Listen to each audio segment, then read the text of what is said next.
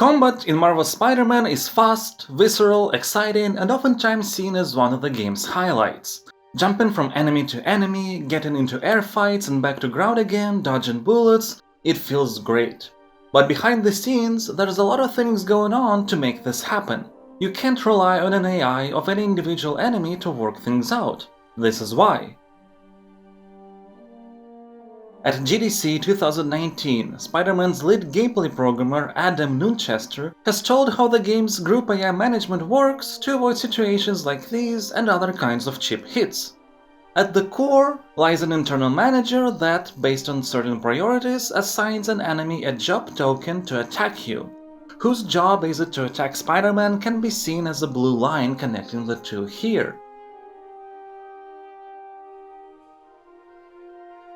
To make sure that goons didn't spend too much time approaching Spider-Man for an attack, the team has given enemies the ability to steal jobs if necessary, as well as generate their own job token if Spider-Man gets too close.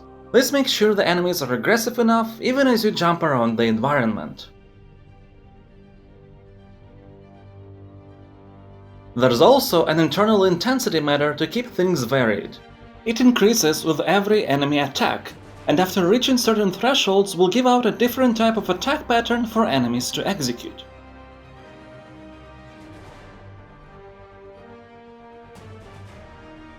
A second manager exists for ranged enemies. The core is straightforward. After a certain cooldown, unless the token limit was reached, a ranged enemy gets a job to attack Spider-Man. To avoid shots feeling unfair, a priority system makes sure that the currently visible on-screen enemies would get a job token to fire.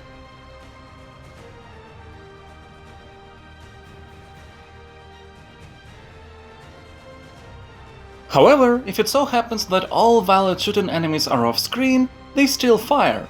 But in this case, the warning length is increased so players would have time to notice the spider sense and react accordingly. If in a combat scenario there are both melee and ranged enemies, the cooldown between shots of ranged enemies is higher, so fighting both enemy types at the same time wouldn't feel too overwhelming.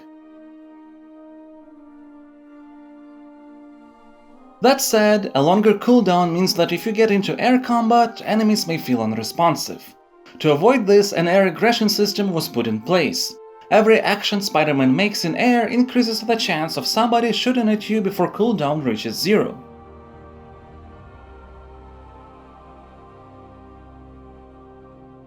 A job cancellation system exists to avoid players getting hits that feel cheap. If certain actions were performed, all job tokens that weren't executed yet would be cancelled, unless you repeatedly use these actions, unless that action was a dodge, unless it is a boss fight. Exceptions to exceptions might sound confusing, but they're necessary to create the right experience.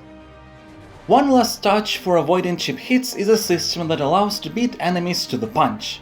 If players try to interrupt an enemy attack with one of their own, then at certain points of Spider-Man's attack animation he is immune to the hits of the currently attacking enemy and will always win.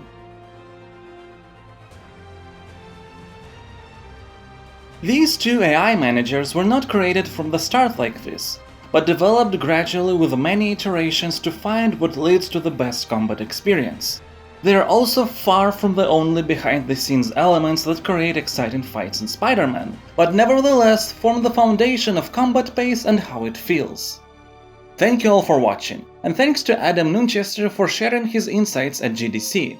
A special thank you goes to all my patrons. If you enjoy this style of content, be sure to like and subscribe, and consider supporting my campaign at patreon.com/farlands. I'll see you next time.